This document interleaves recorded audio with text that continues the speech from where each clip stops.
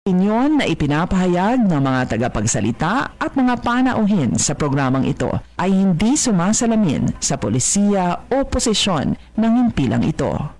Para sa pinakabago at makabuluhang impormasyon at kaalaman mula sa Ministry of Human Settlements and Development, narito na ang programang MHS Delivers. Hatid ng inyong mga tagapaglingkod na information officers na sina Salembay Abdullah at Juwayriya bin Emran Muhammad kasama si Hamsari Pala. MHS Delivers, sumasahing papawid upang maiparating sa inyo ang mga dapat ninyong malaman ukol sa mga serbisyong pabahay, regulasyon at hanap buhay para sa bawat pamilyang Bangsamoro. MHS Delivers sa pamumuno ni Minister Attorney Hamid Aminuddin Bibara at sa liderato ni BARM Chief Minister Abdul Rauf A. Makakuwa. MHS Delivers. MHS Delivers.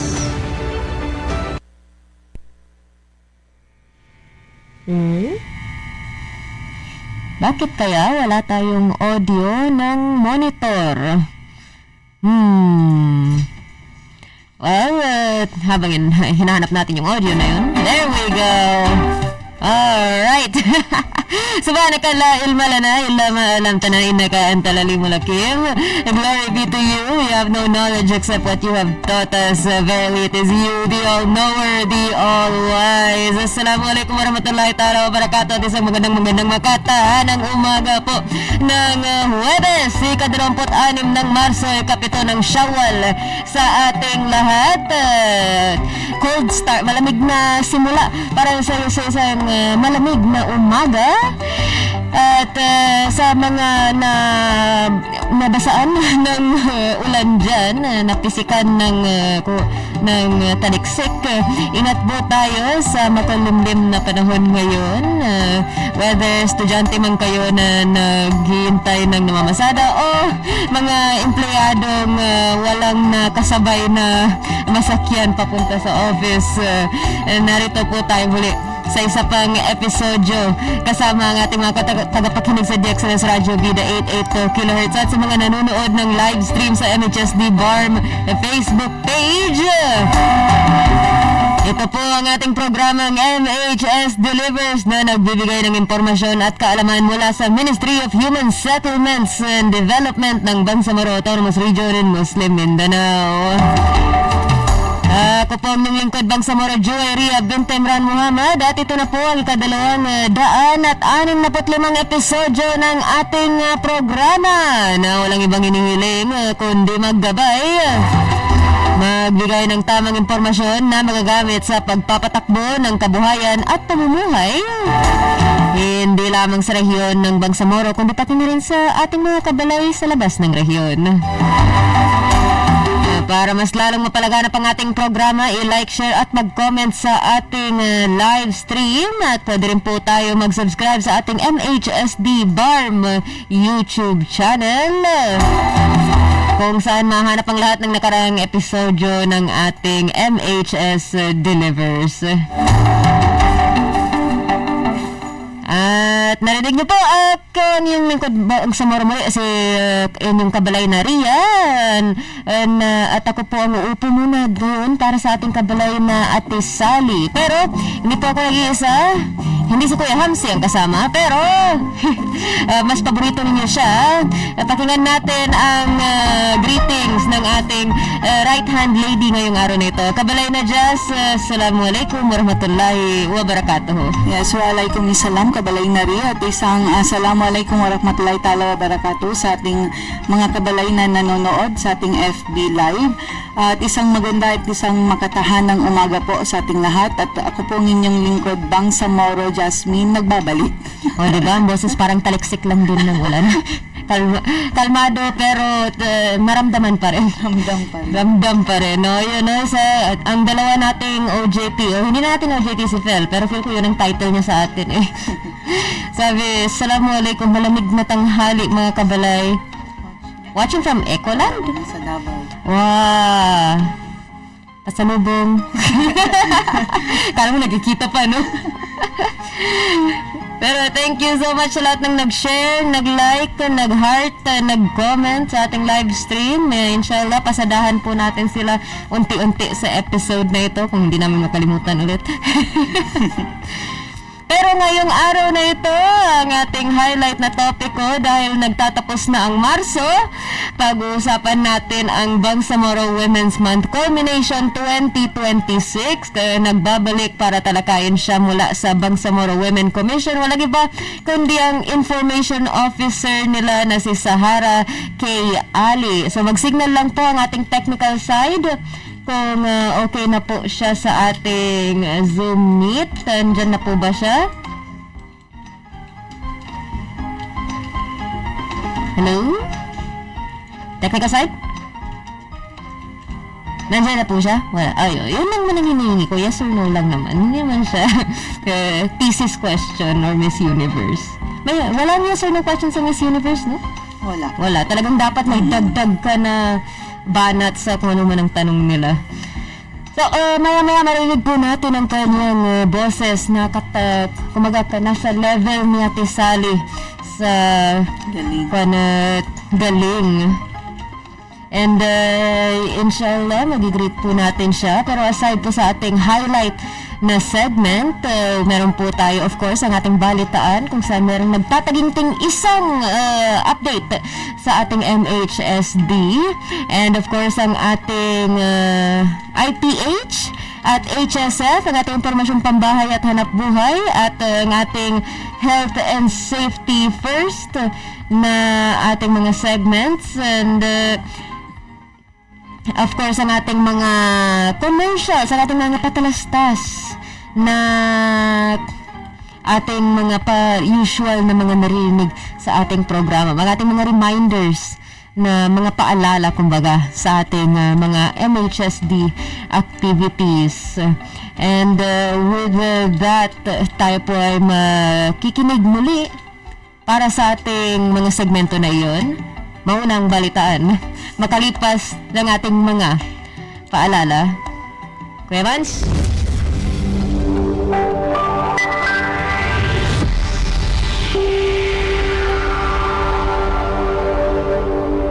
Nais niyo bang magsimula ng bagong buhay sa bagong tahanan, lumipat sa bagong struktura at bagong komunidad? Empleyado ba kayo ng kumpanya, opisina o may matatag na hanap buhay? Narito na ang Ministry of Human Settlements and Development sa pangunguna ni Minister Attorney Hamid Aminuddin Dibara at sa suporta ni Chief Minister Abdul Rauf Sami Gambar ay makakuha ang proyektong Economic Housing Loan katulad ng mga struktura sa Phase 1 at 3 sa may Barangay Kapiton, Dato Odin Sinsuat, kasama ang Phase 2 sa Barangay Samba, Dato Odin Sinsuat. Layunin ng Ministry pagpatuloy ang mga proyekto sa Cotabato City, Special Geographic Areas, Maguindanao del Norte at Maguindanao del Sur, pati na rin sa island provinces ng Basilan, Sulu at Tawi-Tawi. Narito ang 9 na requirements na kailangan ipasa para mag-avail ng housing loan. Una, filled out housing loan application form. Pangalawa, Certificate of Employment and Compensation notarized. Pangatlo, kung may asawa, kailangan magpasa ng marriage contract. Kung hiwalay sa asawa, kailangan magpasa ng separation papers.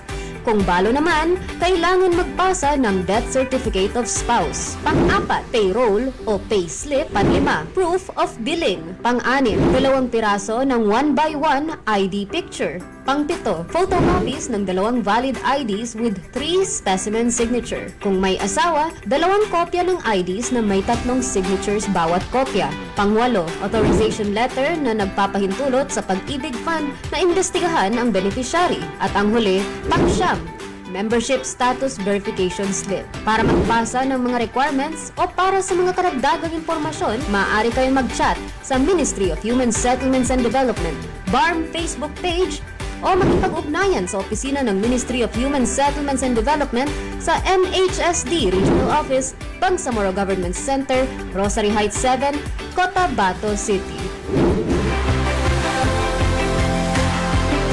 MHS delivers.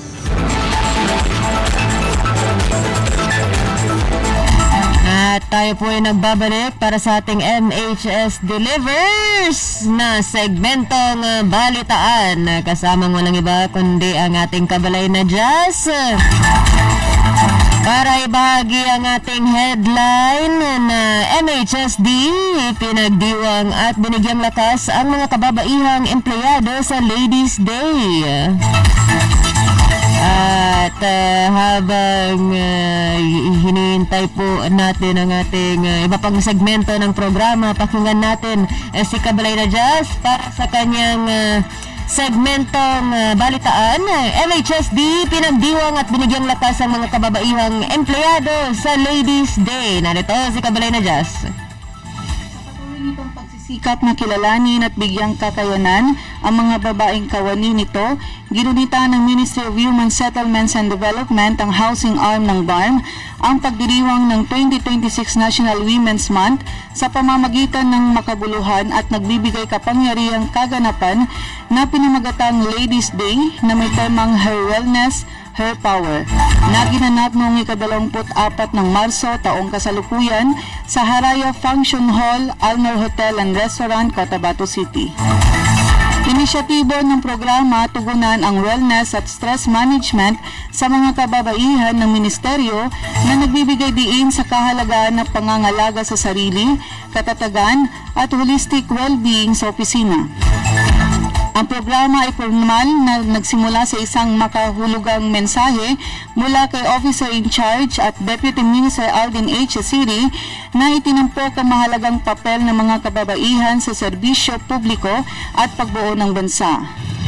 Nagbigay liwanag ng kanyang mensahe sa kahalagaan ng paglikha ng mga espasyo kung saan nadarama ng mga kababaihan ang suporta, paglini at kapangyarihan hindi lamang sa profesional na aspeto kundi pati na rin sa personal.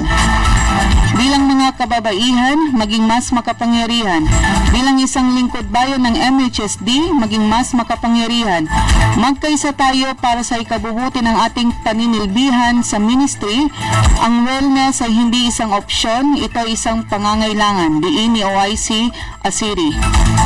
Pagkatapos ay nilahad ni GAD Coordinator Zuhaira U. Ibrahim RN ang katuwiran ng programa at binigyang diin ang kahalagaan ng mga inisyatibong tumutugon sa kasarian na nagtataguyod ng kalusugang pangkaisipan, emosyonal na balanse at pagkakasundo sa opisina. Itinakda nito ang tono para sa araw sa pamamagitan ng pagpapatibay sa pangako ng MHSD sa pagtatapantay-pantay ng kasarian at kagalingan ng empleyado. Tampok ng sesyon sa umaga ang talakayan tungkol sa workplace wellness and stress management na ibinahagi ni Veronica Fatima P. Marquez, resource person para sa aktibidad. Ang sesyon ay nagbigay ng mga praktikal na estratehiya sa pamamahala ng stress, pagpapanatili ng balanse sa buhay-trabaho at paglinang ng malusog na pag-iisip sa kabila ng pang-araw-araw na hamon.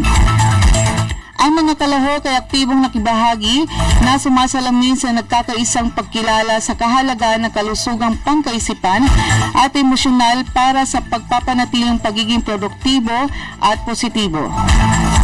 Sa hapon, lumipat ang simay ng kapaligiran sa isang mas malikhaing karanasan. Matapos mahati sa dalawang grupo, ay pinakilala at aktibong nakibahagi ang mga miyembro sa mga hands-on workshop na dinisenyo upang linangin ang pagkamalikhain at pagpapahinga. Ang bouquet arrangement workshop na pinangunahan ni Clarice Jerica Turco Ibos ng Clarice Floral Studio ay nagbigay daan sa mga kalahok na ipahayag ang kanilang sarili sa sining habang natututo ng isang bagong kasanayan. Sinundan ito ng isang cake decorating workshop na pinangunahan ni Chef Chin Hofer Tan ng Hi Mama Patisserie kung saan nasiyahan ng mga kalahok sa sining at sa kagalakan ng paglikha ng isang bagay na kasiyasiya. Ang kaganapan ay matagumpay na naorganisa sa pamamagitan ng pagsisikap ng mga GAD coordinators na sina Zuhaira U. Ibrahim RN sa pakikipagtulungan ni Charani B. Pandi, Head of the Record Section. Tiniyak ng kanilang dedikasyon ng maayos at makabuluhang pagsasagawa ng aktibidad. Sa pangkalahatang nagsisilbing makapangyarihang paalala ang programang Ladies Day sa pagbibigay kapangyarihan sa mga kababaihan na higit pa sa pagkilala.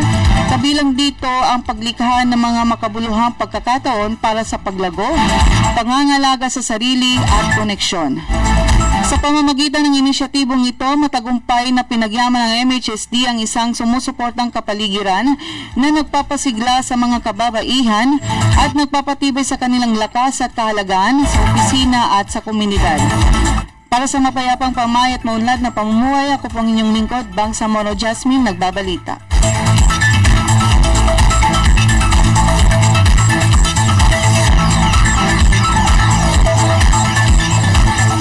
At yun po ang ating segmentong balitaan sa araw na ito. Para sa ating mga susunod na segmentong IPH, HSF, and of course ang ating MHS Discusses, kami po ay magbabalik makalipas nitong mga paalala. Mga biktima ng hidwaan, karamitan, kalamidad, mga internally displaced persons o IDPs, mujahideen at kanilang pamilya, at indigenous people. Sila ang mga benepisyaryo ng resettlement housing projects na libreng makakabenepisyo mula sa Ministry of Human Settlements and Development sa ilalim ng Bangsamoro Appropriations Act 2021. Tututukan ng MHSD ang mga pangangailangan sa pabahay ng mga nangangailangan pero walang kaya. Sa ilalim ng pamumuno ni Minister Attorney Hamid Aminuddin Bara at sa suporta ni Chief Minister Abdul Rauf Sami Gambar A. Makapua, narito ang Ministry of Human Settlements and Development para punan ang pangangailangan para sa mga bagong tahanan, para sa mga nawalan.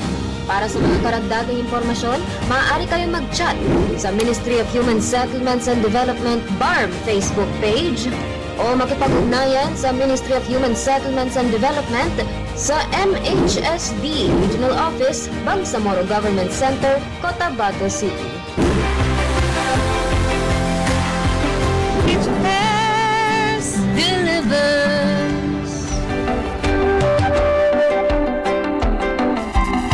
MHS delivers. Tayo po ay nagbabalik para sa ating segmentong impormasyong pambahay at hanap buhay at sa ating health and safety first. Paalala lang din sa dahil nabanggit na mag-chat sa ating Facebook page, nag-posting po tayo ng 10 permanent positions. Yes, 10 permanent positions na pwedeng applyan ng mga kwalipikadong individual na nais tangkayang magtrabaho sa MHSD. Ano bang tamang term na mag-apply sa trabaho sa MHSD? Magtrabaho sa MHSD? 10.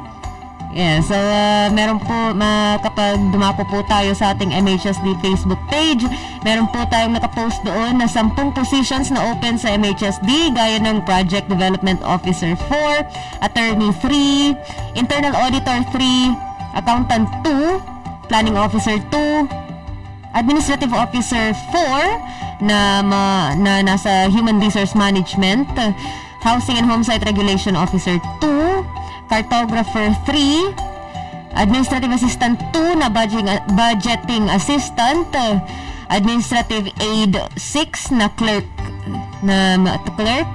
at kung nais po ninyong mag-apply sa position at sa tingin ninyong kwalipikado po kayo para sa positions na ito, isumiti lamang ang mga nakalagay doon ng mga requirements at is i-email sa mhsd@bangsamoro.gov.ph na naka-CC or kasama sa email ng hr@mhsd.bangsamoro.gov.ph. Nakalista po sa bawat position kung ano po ang qualifications. So, education man, training, experience, eligibility. At nakalagay din po sa post kung ano po ang kailangan na isumite ng mga dokumento gaya ng PDS, photocopies ng certificates at iba pa. Pero hindi po yun ang ating IPH. Hindi po yun ang ating informasyon pambahay at hanap buhay. Ang ating IPH ngayong araw na ito ay ukol sa April Fools. So ano nga ba itong April Fools na ito at bakit ito ang ating AIPH? Well, pakinggan natin. Ang April Fools na kadalasan na nahuhulog sa unang araw ng Abril, so April 1. At kumbaga ito ay isang taunang kaugalian sa maraming bansa sa kadalasan sa kanluran, mga western countries, tuwing unang araw ng Abril na binubuo ng mga practical na biro, panluloko at kalokohan. Madalas ilantad ng mga nagbibiro ang kanilang mga kilos sa pamamagitan ng pagsigaw ng April Fools sa tatanggap nito. Maaring may kinalaman ng mass media sa mga kalokohan ito na maaring mabunyag kinabukasan. Ang kaugaliang maglaan ng isang araw para sa paggawa ng mga hindi nakakapinsalang kalokohan.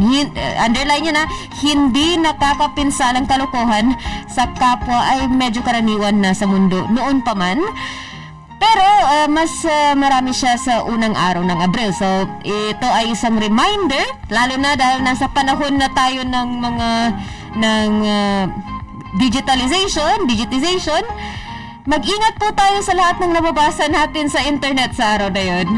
So kung may mabasa man kayo na parang kahinahinala man or may nakalink sa mga post na sinasabing, oy, importante to, basahin mo ito, puntahan mo ito, manghinala na kayo kapag unang araw ng Abril. Kasi kahit hindi mo naman siya kaibigan, or mas lalo na kung hindi nyo siya kaibigan, baka hindi po siya ang katotohanan na nakasanayan natin. It's a prank. Pero kahit kabalay na Jazz para sa kanyang health and safety first. Yes, sa ngalan ng ating kabalay na si Hamsari Pala, narito po tayo sa segmentong Health and Safety First. So pag-usapan natin ngayon ng tungkol sa obesity. So ano nga ba ang obesity? So ang obesity ay hindi lang simpleng pagtaba. Ito ay itinuturing na sakit kapag ang timbang ng isang tao ay lampas sa normal batay sa kanyang taas. Karaniwang sinusukat ito gamit ang Body Mass Index o BMI. So sa ating BMI classification, 18.5 to 24.9, yun ang normal. Pagdating naman sa 25 to 29.9, overweight na siya. 30 to 34.9, obese class 1. And then 35 to 39.9, obese pero class 2 na siya. And then 40 pataas ay severe or morbid obesity. So, mga sanhi ng obesity ay maraming dahilan kung bakit nagkakaroon ng obesity. So una dyan ay ang sobrang pagkain, lalo na ng matataba at matatamis. Pangalawa, kakulangan sa ehersisyo. Pangatlo, namaman ng genes or genetics na siya. And then pang-apat, hormonal na problema. At ang panghuli, stress at kulang sa tulog.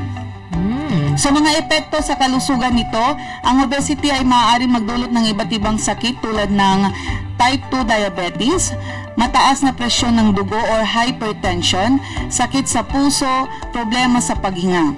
So mga paraan ng pag-iwas at paggamot ng obesity ay kumain ng balanseng pagkain tulad ng gulay, prutas at protina na makikita natin or makukuha natin sa isda. And then regular na pag-ehersisyo, halimbawa walking or jogging. And then pagkontrol sa dami ng pagkain, sapat na tulog at konsultasyon sa doktor kung kinakailangan. So ang obesity ay isang seryosong kondisyon na maaaring magdulot ng maraming komplikasyon sa kalusugan. Mahalaga ang tamang pagkain, aktibong pamumuhay at disiplina upang maiwasan ito. At yun lamang po ang ating maikling Health and Safety First. Muli sa ngalan ng ating kabalay na si Hamsari Pala, ako pong inyong lingkod, Bangsamoro Jasmine. Thank you so much sa inyong paalala, Ate Jazz, kang ating kabalay na Jazz sa ngalan ni Kuya Hamsi. Ano bang ginagawa ngayon ni Kuya Hamsi? Training sila kasama ang MDN, Maguindano del Norte Provincial Office. So sa kanilang aktibidad na kasalukuyang nagaganap ngayon, inshallah malalaman natin ang mga detalye sa susunod na mga episodyo. Which, paalala din namin, wala po tayong episode next week. Kasi sa Holy Week na inobserbahan ng ating mga kabalay sa DXMS na hindi po talaga nag-program sa araw na iyon. Kaya't ito po ang huling episode natin sa March at hindi po kayo magbabalik for sunod na linggo for April. Pero kami po ay magbabalik for April 9, inshallah, araw ng kagitingan. Magigiting pa rin na empleyado na pumapasok para Pasok pa rin. sa holiday. At ngayong araw na ito, pag-uusapan natin ang topikong Women's Month Culmination 2026. Tanong po, narinig ba ako ng ating kabalay na Atesa? Ang ating kabalay ngayong araw, nag-mobile siya ngayon. Wag mo muna i-switch ang scenes habang naglalakad siya. Sige lang, kung okay ang audio, gusto ko lang i-check kung okay ang audio. Kasi right now, hindi ko pa siya marinig dahil hindi ka pa nag-switch ng scenes. Okay daw, okay. Parang yung movement ng kanya. Sige, so habang moving po ang ating kabalay na sa bigyan nating liwanag ang ating Bangsamoro Women's Month, which is yung ating balita ngayong araw na ito, ang ating Ladies Day na naganap. Oh, looks like, is she good? Okay. Oh, Sige. Assalamualaikum. Narinig ba ako? Yes, narinig po. No? Yes, narinig po kayo. Assalamualaikum warahmatullahi ta'ala wabarakatuh. At isa, welcome back. Waalaikumsalam warahmatullahi wabarakatuh. Eh, Happy Women's Month. Happy Women's Month. Alright, Kuya Mans, ang ating scene. Okay, inayos pa ang ating frame. Pero narinig po kayo ata ng ating mga live stream viewers. Narinig po tayo. Alright. So, hindi pa kayo nakikita pero narinig na tayo ng ating mga kabalay sa radyo. And, Okay. Sige. okay, habang inaayos nila ang frame ninyo at isa. Oh, there we go. Nakikita na kayo. Your visual, ating face card. Maraming nang nababayaran yan. Okay. Alright. Sige. Maraming salamat sa pag-imbita. Of course, every time may chance kaming makuha kayo sa aming radio program.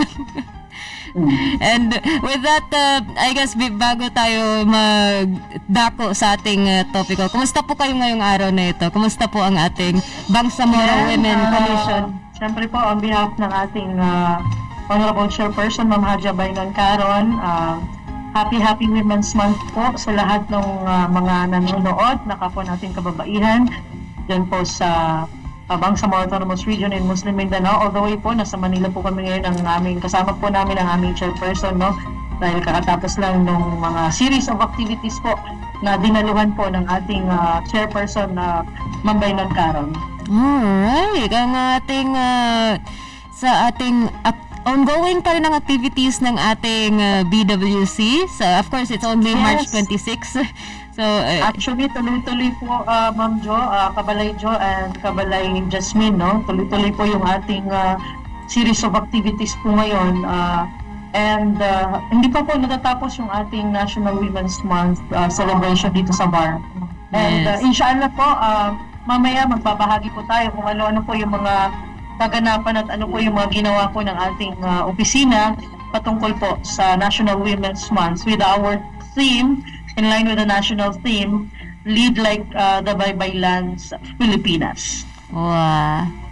Lead like the Babaylans Filipinas.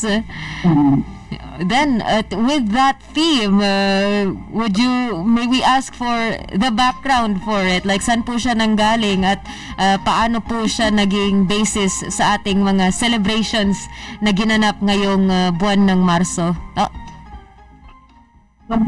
Yes, of course, alam naman natin na taon-taon po, ginugunita po natin ang National Women's Month. Ate Sa, nawala po ang video ninyo? Yes, wait lang ha. Okay. Medyo naghahanap lang ako ng ano yan. Okay ba? Nakikita ba? Right now, hindi po. Pero kung okay po kayo to continue the question. Would you Wait like, lang po ha. would you like some time? Sige, Ayan, sige. Yes po. Alright. Then, habang hinanap niya sa yung mas settled na location, like I said, ongoing yung activity nila. Nag-exit, literal na kaka-exit niya lang para makausap natin siya ngayon. So, inshallah after this, mas tahimik ang lunchtime niya. Grabe ka busy ng BWC. And I guess, hindi lang sa March. Actually, ang kanilang hindi lang March, it's usually like the whole year, pero March sila pinaka, kumbaga, visual aside sa 18-day campaign na nagaganap sa November. In terms of MHSD, yung Ladies Day ang unang tumatahak sa isip ko na activity. Pero kasama tayo doon sa kick-off ceremony nila nung simula. Specifically, ikaw? Oo, kasama ko doon. Nung kick-off ninyo. Anong kaganapan nun? Nag-parade? Hindi, nung Kick-off? Women's Month. Yeah. Nung kick-off, nasa KCC kami. Hindi ka nag-parade. Hindi tayo nag-parade this Hindi year. tayo nag-parade. Ayan, naririnig ba ako? Nawala ba yung video ko? Yung video lang po, pero visual po. Okay lang po yan. Okay lang po. Okay, so yun na nga. Yung concept natin, no, doon sa theme ng National Women's Month celebration, no, yung Lead Like Babaylan Filipinas, ito yung naging concept ko po from the national. Ito po yung theme draws from the legacy of Babaylan or women, Babaylan women and feminized leaders po who were rulers, community leaders, and spiritual guides in pre-colonial Philippine society. So medyo may pinanguhugutan ito doon sa ating mga ancestral women leaders, no? Ngayon ay naging modern Filipino leadership na tayo. And yes, naririnig po ba ako? Apo, narinig po. Nasabing lang sana na maganda rin siyang ruta na kasi kasabay ng Women's Month is History Month. So, makatuwa And na I think, nagtugma sila. Pwede din natin ito i-integrate doon sa History Month natin, which is kitang-kita naman natin yung important role ng ating mga kababaihan when it comes to leadership at paano natin ma-recognize yung kanilang big role and contribution when it comes to building our nation dito sa ating region sa Bangsamoro Autonomous Region in Muslim Mindanao. And of course, yung simbolo ng ating mga ancestral women leaders before, kung papaano tayo hinubog nung kanilang sila yung naging inspirasyon natin, no? Yes. And inshallah ang BARM po ay buong suporta po pagdating po sa paghubog ng papel ng ating mga kababaihan dito sa ating region sa Bangsamoro region. Yes, and of course, hindi natin makakalimutan ang malaking bridge na pinapapatayo ng BWC sa mission na ito, so that to share sa ating mga kabalay ano po yung mga inputs or contributions ng BWC sa activities na ito. May gusto po kayo Nakikita na ba tayo? Yes. Nakikita na ba tayo? There you go. Ayun, There's the okay. face card. Pasensya na, medyo naghahanap ako ng magandang signal. Kasi dito ako sa peak, so medyo kuan po. Sige. So, to continue po, no? Yes.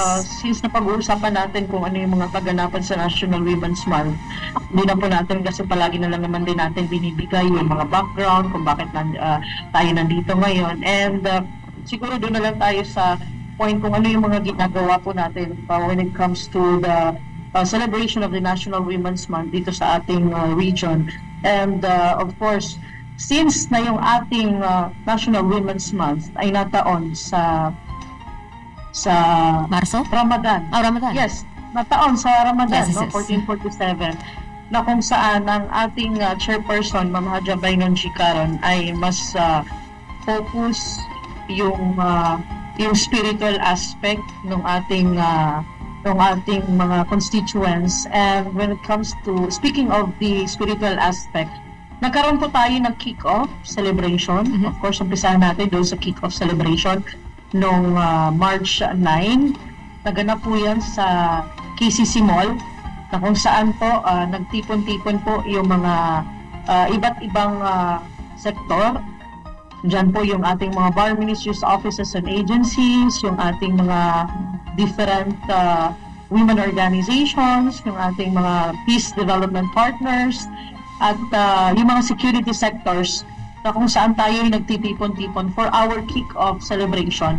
And we invited yung ating, one of the highlights ng ating kick-off celebration was the keynote speech of our keynote speaker, Police Major Elmira Relox, na kung saan nagbahagi siya ng kanyang mga experiences when it comes to leadership. Dahil siya po yung kasalukuyan na WCPD, Women's yes, Women and Children Protection Desk, and kinuwento niya doon yung kanyang naging papel bilang WCPD sa kinakaharap niya during on duty siya, no? And tayo ay nagagalak dahil through that, no, through her keynote speech ay nakita natin kung ano yung mahalagang papel na ginagampanan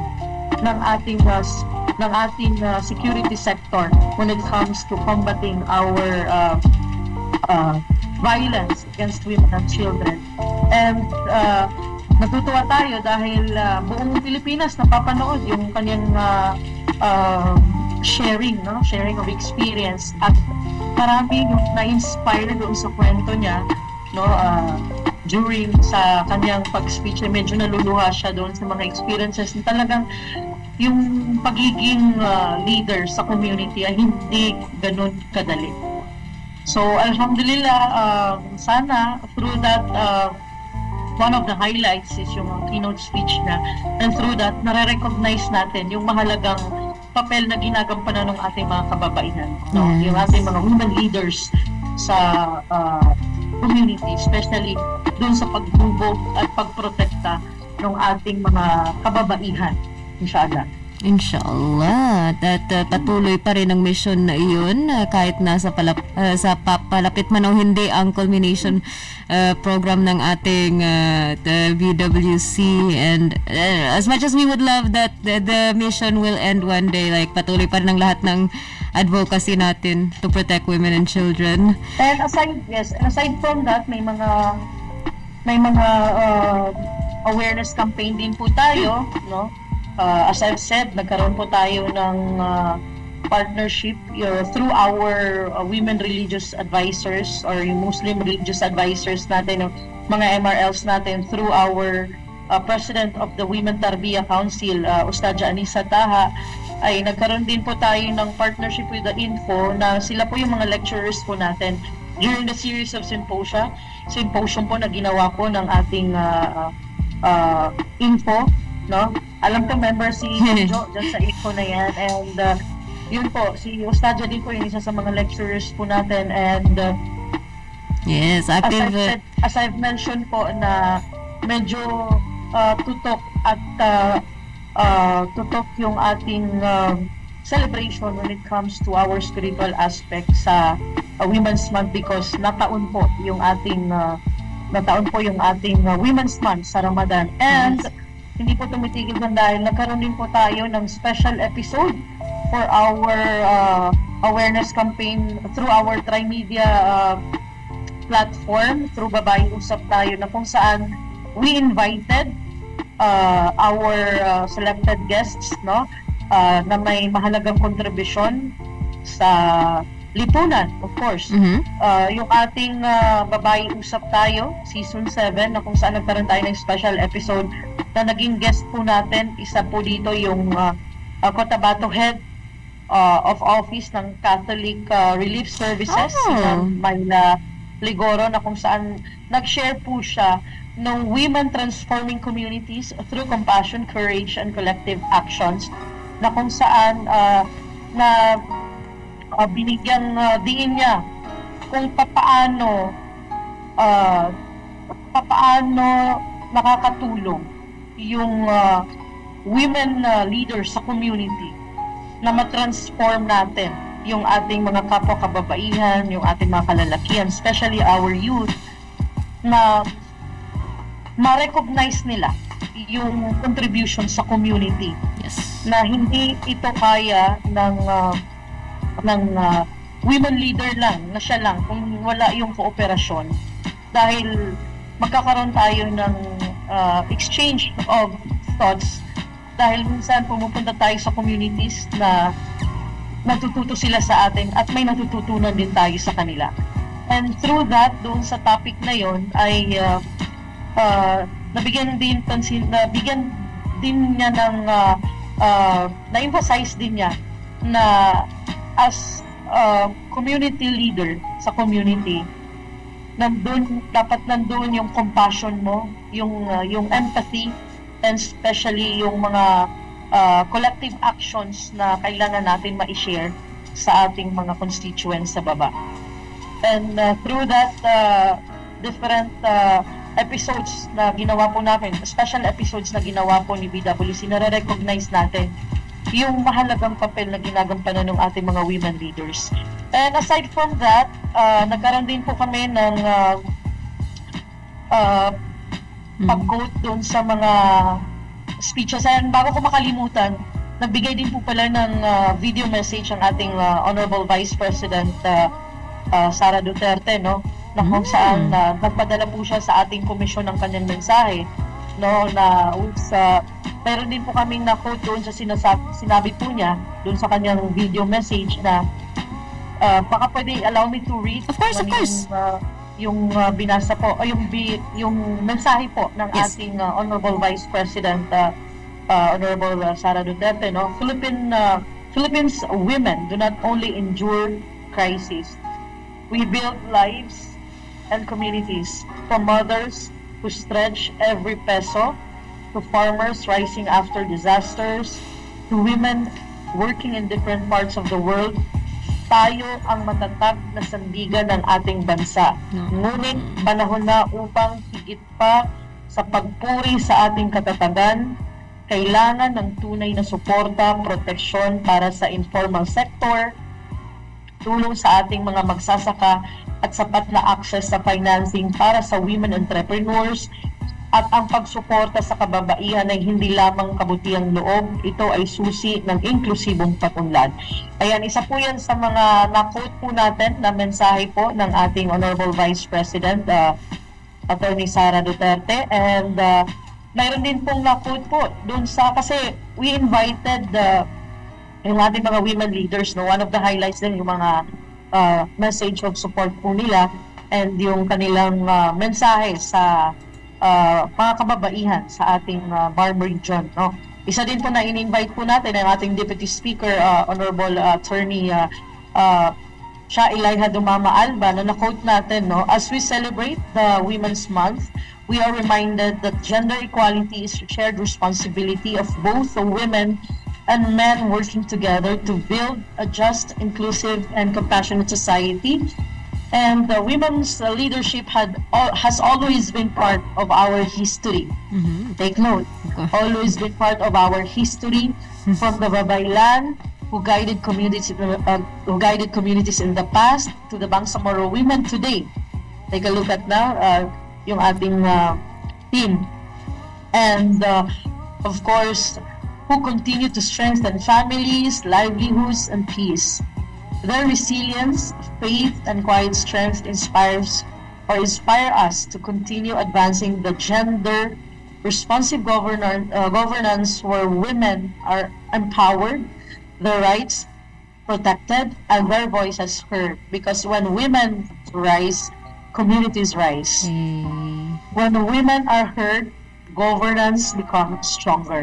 So ilan lamang po yan sa mga messages po ng ating mga invited women leaders doon sa ating National Women's Month celebration nung nakaraang March 9. And we really ensure yung importansya, the important role of our women in the society, no? And alhamdulillah, isa din po sa ginawa po ng Bangsamoro Women Commission ay yung ating dahil papalapit na din yung ating election, no? Inshallah, by September, yung call for application for our women sectoral organizations in BARM, no? Nagkaroon po tayo ng call for applications po noong March 19. Isa din po yan sa mga ginawa po natin dahil papalapit na po yung ating election, and a lot of more, no? Hindi natin maisa-isa, pero yan po yung mga highlights ng ating mga ginawa. And ang ating keynote speaker din po, no? Gusto ko pong ibahagi yung kanyang isa sa mga nabanggit po niya doon sa kanyang speech, yung keynote speech po niya, no. Sabi nga ng ating Police Major Elmira Relox nung nakaraang March 9, we honor the courage of women who continue the legacy of the Babaylands. Leaders who protect, guide, and uplift their communities. Ang sabi po niya, when women find the courage to speak, when institutions listen, and when communities stand together, we move closer to a society where women are safe, empowered, and respected. Live like the Babaylands. So, Like the Babaylands. tingnan niyo po, no, napaka-powerful po ng mga messages na iniwan po sa ating mga women leaders na inimbitahan po natin during our kickoff celebration. And aside from that, nagkaroon din po tayo ng special episode, dahil pinag-usapan din po natin. We invited Dr. Sweet Almira T. Ali Amil, na kung Doc saan Sweet. po, siya po yung clinic owner Yeah. ng Sweet's Maternal Care and Lying In Clinic, parang Road, Cotabato City Branch hanggang Sultan Kudarat, Maguindanao del Norte, na kung saan binahagi po niya sa atin, no, yung importansya nung papaano natin titingnan yung menopause unfiltered, mga pagbabagong dapat malaman ng ating mga kababaihan. Ilan lamang po yan sa ating special episode ng National Women's Month sa Babae Usap Tayo, na kung saan binahagi po niya kung ano yung mga dapat malaman ng ating mga Bangsamoro women constituents and their family members kapag dumaan sa ganitong stage yung ating mga kababaihan, yung menopausal stage, na kung saan very open po siya. Doon sa anytime pwedeng bisitahin yung kanyang clinic para po malaman natin yung pros and cons ng ating menopausal stage no, bilang babae. And nakakatuwa dahil open, no, na nagbigay sila ng pagkakataon na maimbita natin sila in line with our National Women's Month celebration dito sa BARM, and pinapalakas natin yung awareness campaign, no, para po sa ating in line with our mandates. We always of course we always go back to the mandates of the BWC, of course, the policy monitoring and implementing, and to promote the welfare of our women. Isa ito sa nakikita natin na malaking maitutulong natin sa community when it comes to awareness, no? Yes. Yung kahalagahan ng mga iba't ibang welfare ng ating mga kababaihan dito sa ating BARM region. Oh, I get it. Yung ating medical field in terms of for women treatment is very hindi siya yung usual na topic na marinig nyo, which makes it even more important na mas lalong malaman ng ating mga kabalay, because I would love to watch that episode. I don't know ano nga bang kailangan i-expect for when it comes to menopause. I believe yan yung mga topic na malaman mo lang kung nandoon ka na, pero yung tipong it's you still have to learn it. So yeah, like napakagandang mga napili ninyong i-cover ng mga topics for this Women's Month. Actually, Ma'am Jo, Yes. ongoing pa yung ating special episode. Hindi pa Yes. po natatapos, no? We still have remaining episodes, special episodes for in line with our National Women's Month, and to culminate also our National Women's Month dito sa BARM. And abangan na lang po yan dahil inshallah, please Yes. like and follow our Facebook page ng Bangsamoro Women Commission dahil patuloy po yung ating mga awareness campaign na ibibigay po, and of course pakaabangan yung susunod na episode po natin dahil we're planning to invite one of our women legislators, local women legislators, na kung saan magbabahagi siya ng experience, like being the lone women legislator sa kanilang lugar, sa kanilang area. So, malalaman natin sa kanila kung paano nila hinahandle yung ganong klaseng scenario na sila lang yung nag-iisang babae doon sa legislation, no?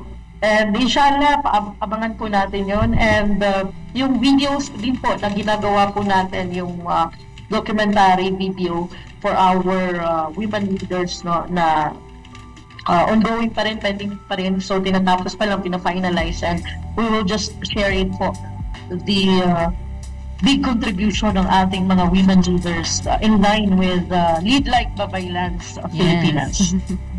Lead Like Babaylands Pilipinas at ang mga current na mga babaylands natin na nag-lead ngayon ay patuloy pa rin na nagtatrabaho para sa ating mga kabangsamoro. And inshallah, lahat nito acknowledged, appreciated, and of course supported kasama ng ating kaganapang even after, I hope even after ng ating BWC continues pa rin ang ating encouragement, appreciation at kumbaga support sa ating mga women leaders.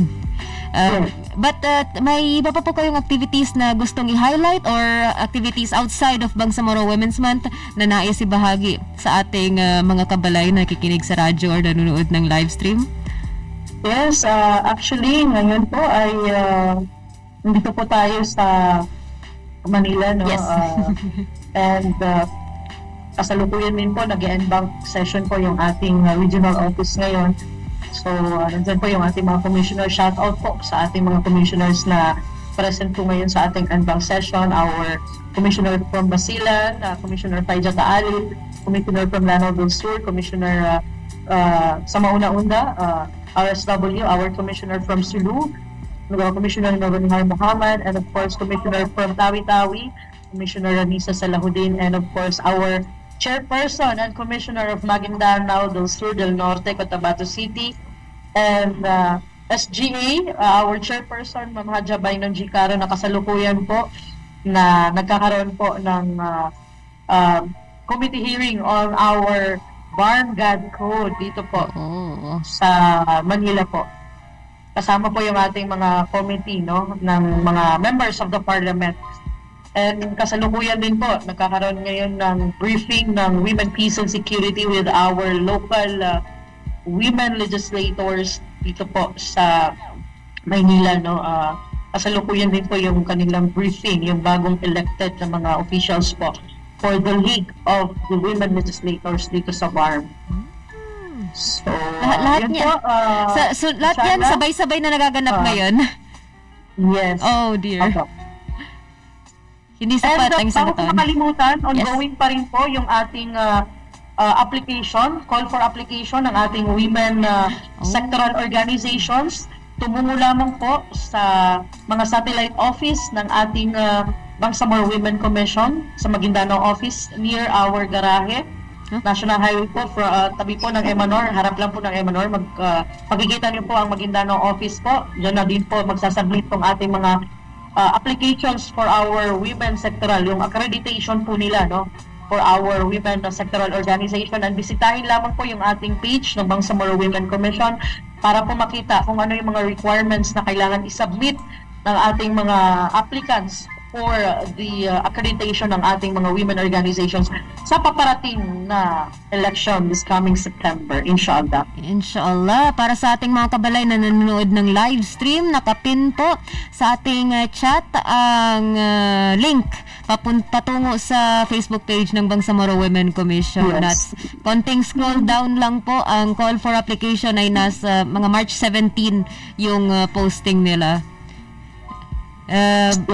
So kung interesado po kayo, We also, of course, bago makakalimutan, no, we also invited yung ating bagong committee chair on women, youth, children, and persons with disabilities, si Honorable MP Abrar Hataman, na kung saan nagbigay din po siya ng mensahe during our National Women's Month, na kung saan hayaan niyo pong basahin ko yung kanyang isa sa napapaloob doon sa kanyang mensahe during our National Women's Month kick-off sa PCC Mall, no?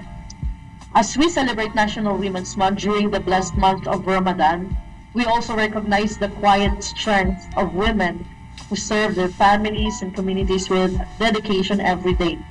Through initiatives such as the proposed Bangsamoro Gender and Development Code, we continue to strengthen our commitment to ensuring that women are protected, empowered, and given meaningful opportunities to lead and participate in building a more inclusive Bangsamoro. So inshallah po, one of the priority agendas po, agenda ng ating PTA is ang ating Bangsamoro Gender and Development Code, inshallah. Inshallah. So sana mapasa na po. Opo. Right.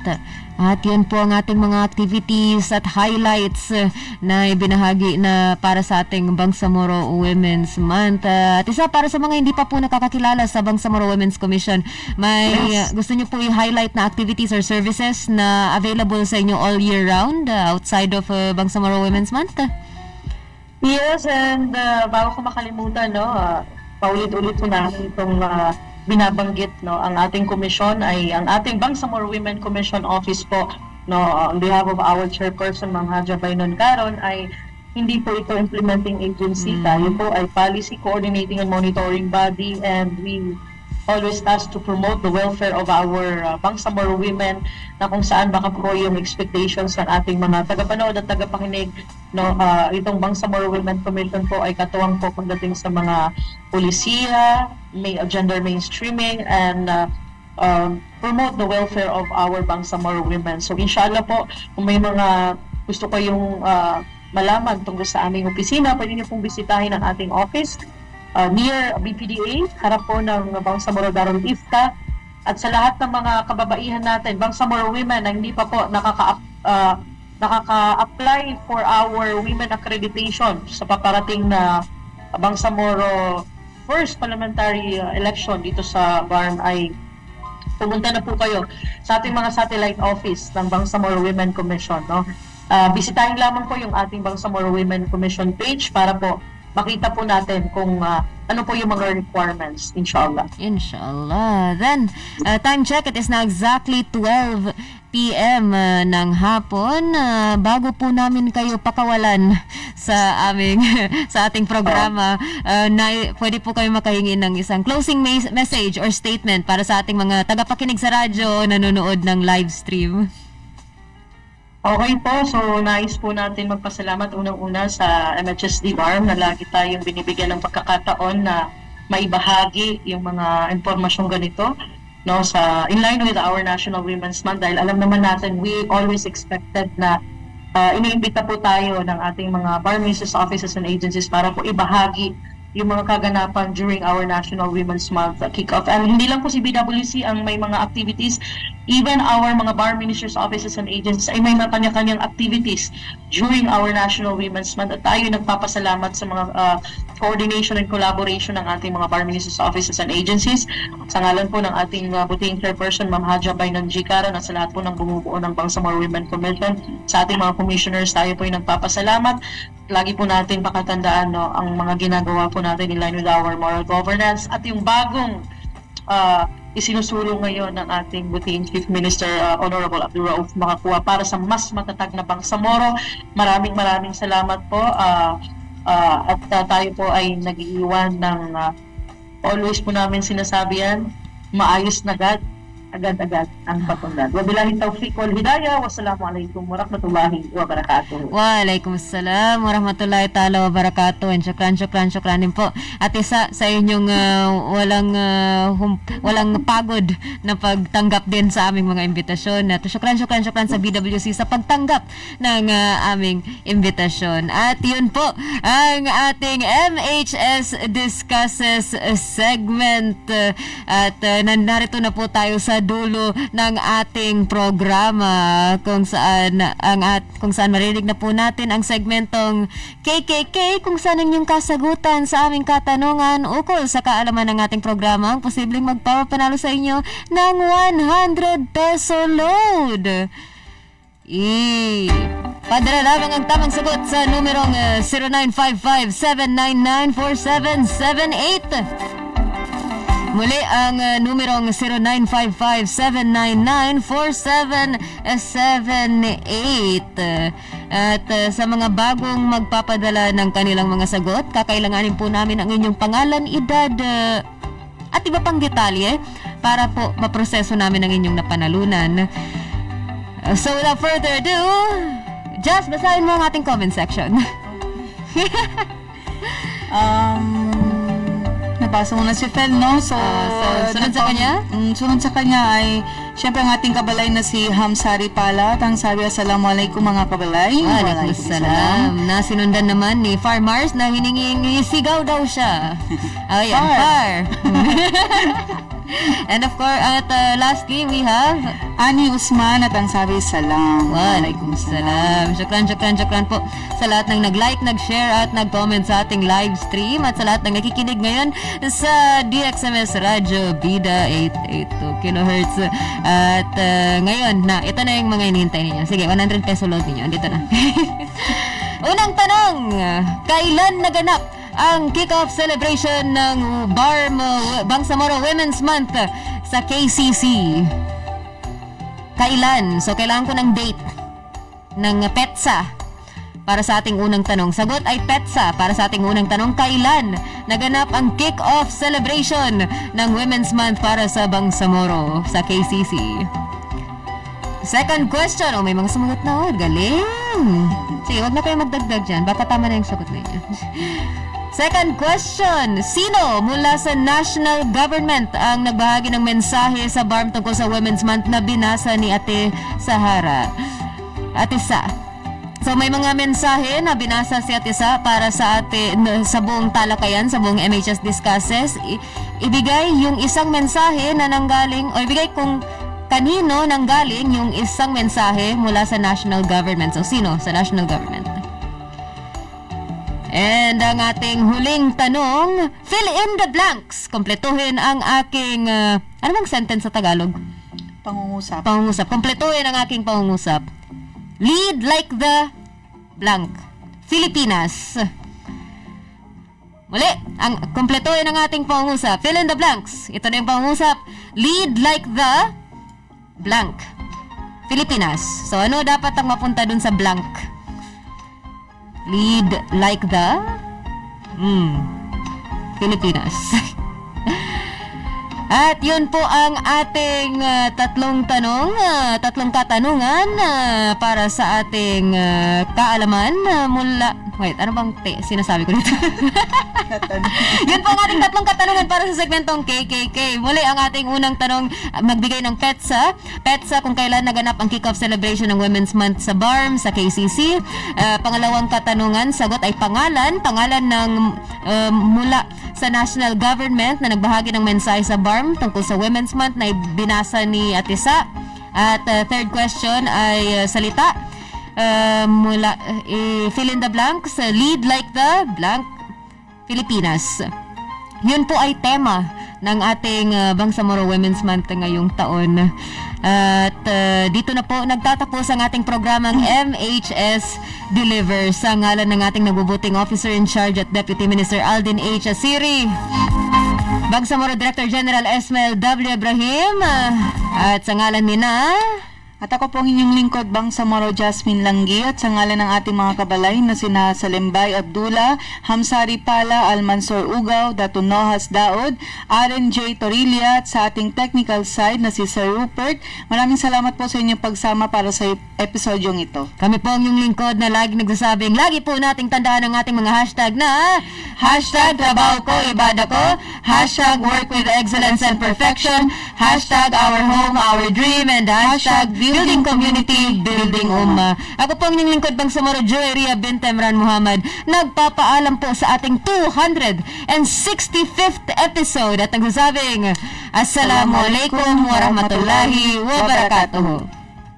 Sumainyo ang programang MHS Delivers mula sa inyong mga kabalay na tagapagbigay impormasyon ukol sa mga tulong at serbisyong teknikal, pabahay at hanap buhay para sa bawat pamilyang Bangsamoro. MHS Delivers sa pamumuno ni Minister Attorney Hamid Aminuddin B. Bara at sa liderato ni BARM Chief Minister Abdul Rauf A. Makakuwa. MHS Delivers.